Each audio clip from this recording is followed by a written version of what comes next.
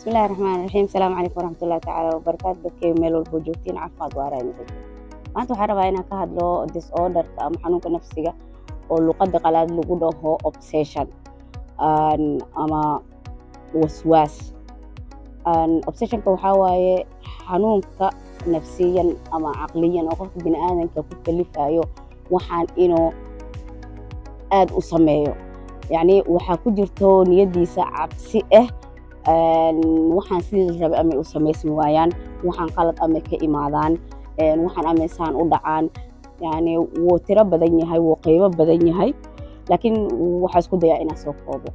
Obsession-ka mar waxay noqon kartaa qofka in nadaafadda obsession-ka wasaqda ay aad u dhibayso, marka maskaxdiisa ma aaminayso meeshaan nadiif waaye ama waa la nadiifiyey, amaba dulqaadka ma lahan oo wasaq yar inuu adkaysto. يعني meel wax yaalaan, guryo wax yar isku qasan yahay, qof kabihiisa dhiiqa ee tahay, noloshiisa dhan waxaa ku furan walwal iyo walaac ku aadan xagga nadaafadda ama xagga cuntada qofka soo kariyey waaye galaaska maxaa lagu soo cabay ama jira ka qaada.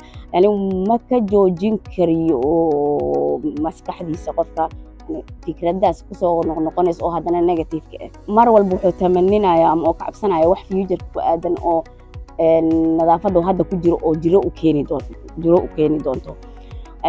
waxaa kaloo jiro mid kale oo qofka obsession ku yahay dadka markaas oo mas'uulka ka yahay.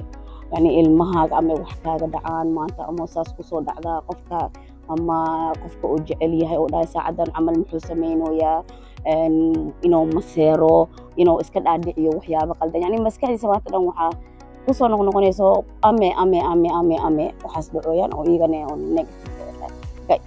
waxaa laga yaabaa dadka inay umaleeyaan waxa qofka bini'aadamka iska xakameyn karo ama oo u samayn karo xuduudo haddii oo nafsadiisa ku noqdo, laakiin ma ahan. waa xanuunada nafsiga ka mid yihiin oo waa qaladaad ku dhacay hormooniska qofka maskaxdiisa isku gudbinayaan qaar ka mid sidaas daraaddeed qofka awood ma u lahan inuu iska joojiyo, laakiin bilcagsi waxay usii keenaysaa walwal badan. yani wuxuu ku dhex noolaanayaa xaalad walwal oo maanta adiga kor ahaan aadan ka qiyaasi karin. waxaa laga yaabaa inaan kor ahaantiisa iska jaaji garayno ama iska xukmino oo dhahno qofkan waxaan waa iska dhaafi karaa, waa yeeli kartaa, adaa u malaysid, ama qofka ma seeraayo camal lamaaniisa inuu dhaho waxaan anigan ma samaynoy, adigaa u malaysid, adigaasaan yeelaysid. yani waxaa isku dayayna inaan qofkii kontaroolno, laakiin qofka kontaroolka asaga ma ahan mid gacantiisa ku jiro. waxaa jiro obsession waxyaabo kale soo aadan oo la dhahayo perfectionism. yani waxaa jira dad jecel wax kastay qabanayaan inay perfect u qabtaan, sida uu dambaysay, sida uu fiicneed.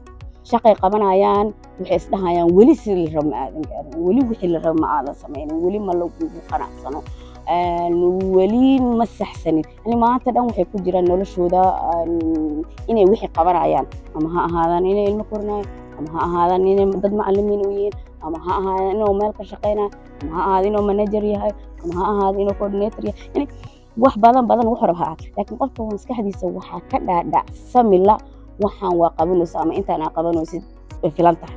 marka maanta dhan wuxuu isku dayaa ama isku eedayaa si fiican inuu wax u qabto, waxaan si fiican u sameey, waxaan amay qaldamaan, waxaan si fiican u sameey. perfectionism allah. yani maanta waxay raadinayaan wixii inuu u saxsamo bedelan ma wixii ay caadi yihiin normal shaqadu qabanayo isoo uu qabanayo, yani ay caadi yihiin, laakiin asaga ee la tahay weli inay wax qaldan yihiin. waxaan rajaynaa inaa wax un ka fahamteen. waa mahadsantihiin. salaamu calaykum.